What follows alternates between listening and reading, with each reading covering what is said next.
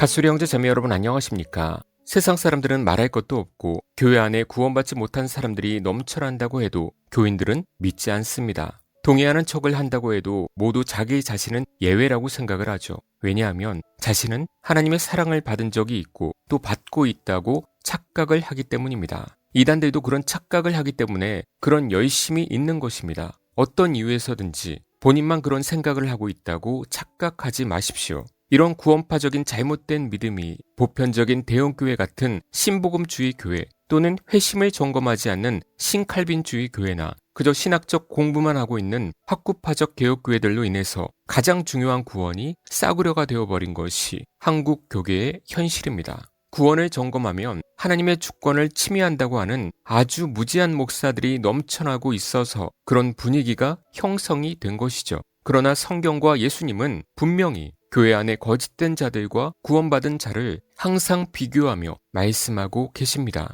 그 중에 하나가 너무 유명한 4가지 밭의 비유죠. 말씀부터 한번 읽고 해석을 하겠습니다. 그날 예수께서 집에서 나가사 바닷가에 앉으심에 큰 무리가 그에게로 모여들거늘 예수께서 배에 올라가 앉으시고 온 무리는 해변에 서 있더니 예수께서 비유로 여러 가지를 그들에게 말씀하여 이르시되 씨를 뿌리는 자가 뿌리러 나가서 뿌릴새 더러는 길가에 떨어짐에 새들이 와서 먹어버렸고 더러는 흙이 얕은 돌밭에 떨어짐에 흙이 깊지 아니하므로 곧 싹이 나오나 해가 돋은 후에 타서 뿌리가 없으므로 말랐고 더러는 가시 떨기 위에 떨어짐에 가시가 자라서 기운을 막았고 더러는 좋은 땅에 떨어짐에 어떤 것은 100배, 어떤 것은 60배, 어떤 것은 30배의 결실을 하였느니라. 귀 있는 자는 들으라 하시니라. 아멘. 예수님께서 배에 올라서 해변에 있는 무리들을 향해 말씀을 하십니다. 당연히 이 무리들은 모두 구원받은 자들이 아니에요. 지금으로 말하면 교회에 나온 사람들이라는 것입니다. 이들도 분명히 예수님 앞에 왔잖아요. 그런데 왜 구원을 못 받았죠? 구원은 누구나 받는 것이 아니기 때문이죠. 씨 뿌리는 자라는 의미는 본질적으로 하나님과 예수 그리스도를 말씀하시는 것이지만 복음 전파자를 말하는 것이죠. 첫 번째 비유는 길가죠. 길가라는 것은 시골 밭을 보면 반 옆에 반질반질하게 단단해진 흙으로 된 길가 있죠. 그런 길가를 말하는 것입니다. 그런 곳에 씨를 뿌리면 어떻게 될까요? 들어가지도 않죠. 그래서 하나님의 말씀을 전하면 튕겨져 나오는 사람들을 말하는 것입니다. 자기의 어떤 철학적 지식, 세상적 지식을 최고로 생각하고 하나님의 말씀은 현실에서 적용될 수 없어 이렇게 무시하는 자들, 아니면 아예 무슨 말인지 이해조차도 안 되는 자들, 이런 자들은 교회를 수십 년 다녔다 하더라도 여전히 구원받지 못하고 있는 교인들 중에 한 부류입니다. 그런 자들은 그냥 그 상태에서 머물러 있는 것이 아니라 새가 가만두지 않아요. 세상의 유혹으로 먹어버리죠. 그래서 언제든지 믿음을 버리는 것을 손쉽게 합니다. 두 번째는 돌밭입니다. 예전에 글로 한번 말씀드렸듯이 돌밭은 돌 무더기가 있는 밭을 말하는 것이 아니라 팔레스타인 지역에는 석회석 지층이 많습니다. 그런데 그 위에 살짝 흙이 덮여져 있는 거예요.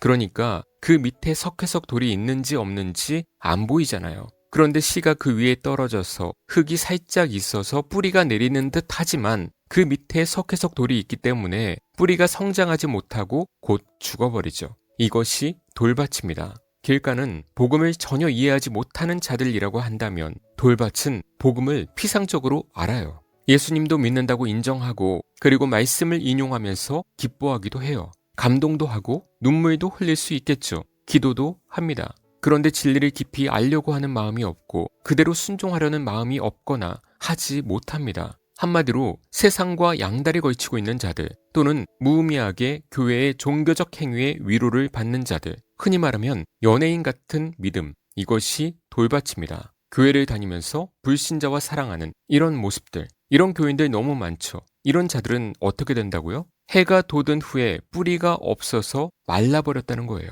그 말은 조금 더 강한 훈육이나 연단을 하게 되면 그 사람은 삐쳐서 나가버린다는 것입니다. 여러분 중에 불신자를 사랑하는데 불신자와 결혼하면 하나님의 징계가 있을 것이라고 강하게 얘기하면 여러분은 순종할 것입니까? 아니면 도망쳐 나가버리실 것입니까? 그것이 바로 돌밭이에요. 그래서 거룩과 경건, 성화를 절대 못합니다. 그 사람들은 그것을 숨막혀 하기 때문에 그래서 교회 주위를 빙빙 돌면서 인정만 받고 싶어 하죠. 이 역시 구원받지 못한 돌밭 같은 마음이죠. 세 번째는 가시 떨기 위해 떨어지는 씨죠. 가시 떨기라는 것은 떨기 나무에 가시가 있는 말라 비틀어진 덤불에 씨가 떨어진 것이죠. 그러니까 흙에 떨어지지도 못할 수도 있고 떨어졌다고 해도 싹이 나서 나오려고 하면 그 가시덤불들이 사방에 가로막혀 있으니까 자랄 때 수많은 방해들이 있겠죠. 그래서 성경은 그 가시가 자라서 기운을 막았대요. 그것은 세상의 걱정 근심을 말하죠. 이생의 염려, 물질의 걱정, 사회적 명예 등등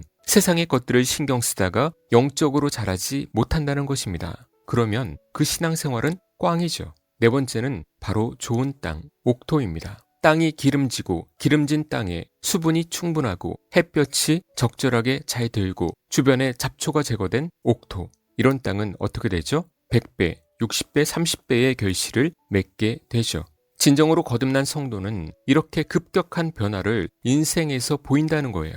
하나님을 팔면서 자기 유익을 취하며 양다리 걸치면서 생활하는 그런 신앙생활이 아니라는 것입니다. 여기서 옥토를 제외하고 나머지 길가, 돌밭, 가시밭은 모두 지옥입니다. 그러니까 이 비유만 보더라도 단순히 예수님을 믿는다고 했다고 해서 또 목사의 설교에 동의를 했다고 해서 그것이 그리스도의 생명이 심겨진 중생된 자라고 단정 지을 수 없다는 것입니다. 내적인 소명이 없는 교인들이 매우 많을 수 있다는 것이죠. 이해가 되시죠? 이해가 안 되면 성령님이 없는 자들입니다. 예수님께서 그 다음 구절에 말씀하시죠. 대답하여 이르시되 천국의 비밀을 아는 것이 너희에게는 허락되었으나 그들에게는 아니 되었나니. 아멘.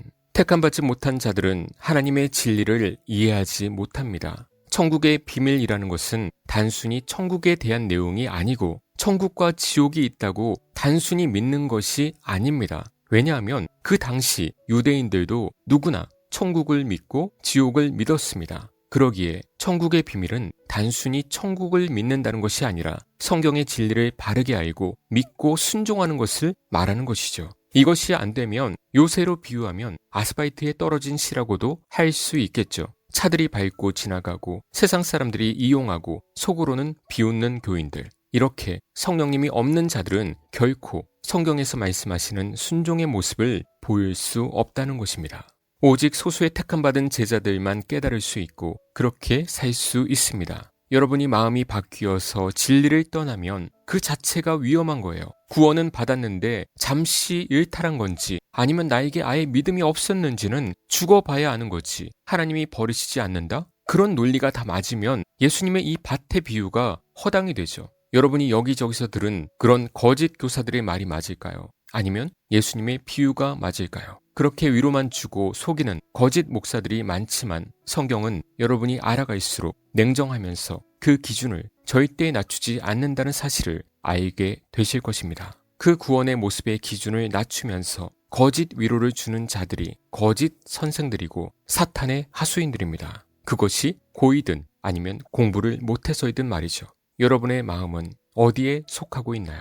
구원받은 자들이 1%도 안 될 것이라는 예측이 거짓말 같습니까? 옥토밭이 아니면 모두 영원한 불못에 떨어질 것이라는 것이 성경의 진리입니다. 이것은 제 개인적인 주장이 아닙니다. 가수리분들은 성령님의 역사로 옥토밭 같은 참된 회심자가 되시길 주님의 이름으로 축원합니다.